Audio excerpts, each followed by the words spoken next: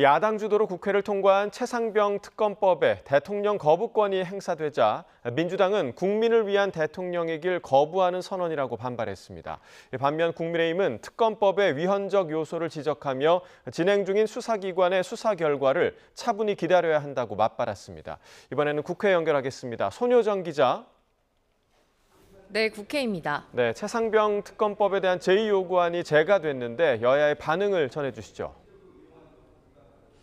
네, 최상병 특검법 처리를 주도한 더불어민주당은 윤석열 대통령의 거부권 행사에 자신의 범죄 의혹을 덮기 위해 권한을 남용했다는 비판을 피할 수 없을 거라고 목소리를 높였습니다. 특검 거부는 곧 국민을 위한 대통령의 일 거부하는 거라며 거부권 행사를 건의한 여당을 겨냥해서도 국민 분노에 불을 지르는 행위라고 날을 세웠습니다. 해병대원 특검법은 흥정의 대상도 아니고 정쟁의 대상은 더더욱 아닙니다. 정의의 문제이고 상식과 순리의 문제입니다. 정의를 버리고 상식과 순리에 역행하지 마십시오. 민주당은 잠시 뒤 국회에서 규탄 집회를 열기로 했습니다. 추후 재표결도 추진할 방침인데 표결 시점은 여당 전당대회 등 일정을 고려할 것으로 보입니다. 재의결을 위해선 야권 의석에 더해 여당 이탈표가 8표 필요한 만큼 최상병 순직 1주기인 오는 19일 전 대규모 장외 집회를 열며 여당을 향한 압박 수위를 끌어올릴 예정입니다. 반면 국민의힘은 야당의 특검법은 특검 추천 권한 등 위헌적 요소가 포함된 데다 충분한 협의 없이 일방적으로 처리됐다며 거부권 행사가 마땅하다는 입장입니다. 또 어제 발표된 경찰 수사를 두곤 공신력 있는 수사기관의 결과라며 진상규명에 첫발을 뗐다고 평가했습니다. 외압 의혹을 수사하는 공수처를 향해서도 한 점 의혹 없이 진상을 규명해달라고 촉구하며 수사 발표를 차분히 기다리겠다고 강조했습니다. 이제 공수처의 시간입니다. 공수처가 조속히 수사 결과를 발표하면 이 사건의 진상을 종합적으로 판단할 수 있을 것입니다. 정쟁보다는 진상 규명이 우선입니다. 다만 야당이 수사 외압 의혹 등을 중심으로 윤석열 대통령 탄핵 국민청원 청문회를 진행하겠다는 것을 두곤 젊은 군인의 비극을 탄핵 불쏘시개로 이용하겠다는 의도가 노골적이라고 비난했습니다. 윤석열 대통령 탄핵 소추안 발의를 촉구하는 국회 국민동의 청원 참여자는 130만 명을 넘은 가운데 국회 법사위는 조금 전부터 전체회의를 열고 관련 청문회 실시 계획서를 채택하고 있습니다.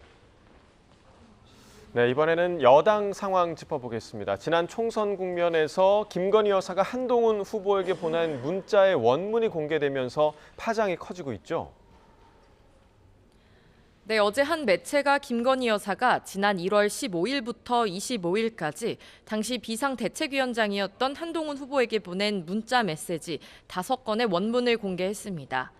김 여사는 1월 15일 대통령과 자신의 특검 문제로 불편하셨던 것 같은데 대신 사과드리겠다고 보낸 뒤 모든 게 제 탓이고 이런 자리에 어울리지도 자격도 안 되는 사람이라 이런 사달이 나는 것 같다며 재차 사과했습니다. 김 여사는 나흘 뒤 보낸 문자에서도 사과 의사를 밝혔지만 단 그 뒤를 이어 진정성 논란에 책임론까지 불붙듯 이슈가 커질 가능성 때문에 쉽게 결정을 못하는 것일 뿐이라며 그럼에도 비대위 차원에서 사과하는 것이 맞다고 결정 내려주시면 그 뜻에 따르겠다고 적었습니다. 당시 김 여사가 보낸 문자에 한 후보는 답하지 않았습니다.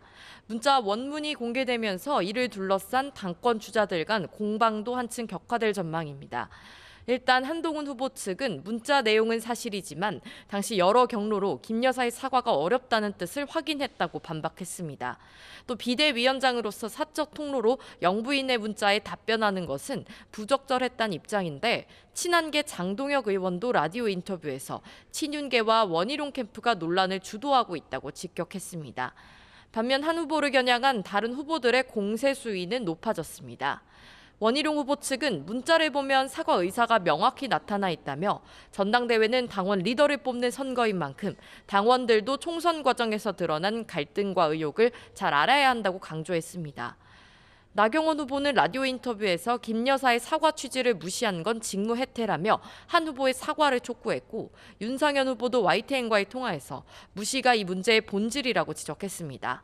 오늘 오후 당권 주자들은 첫 TV 토론회를 위해 한자리에 모이는데 김 여사 문자 논란을 두고 후보 간 난타전이 예상됩니다. 네, 민주당에서는 이재명 전 대표가 내일 연임 도전을 공식화한다고요.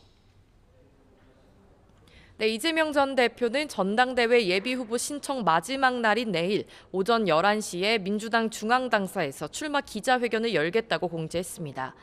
내일 출마 선언에서 대한민국의 비전과 국민에게 희망을 주는 메시지를 전달하겠다고 밝혔는데요.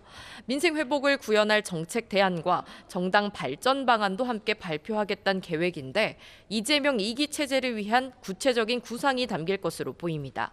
또 다른 당대표 후보인 김두관 전 의원도 세종에서 기자회견을 열고 당대표 출사표를 던졌습니다.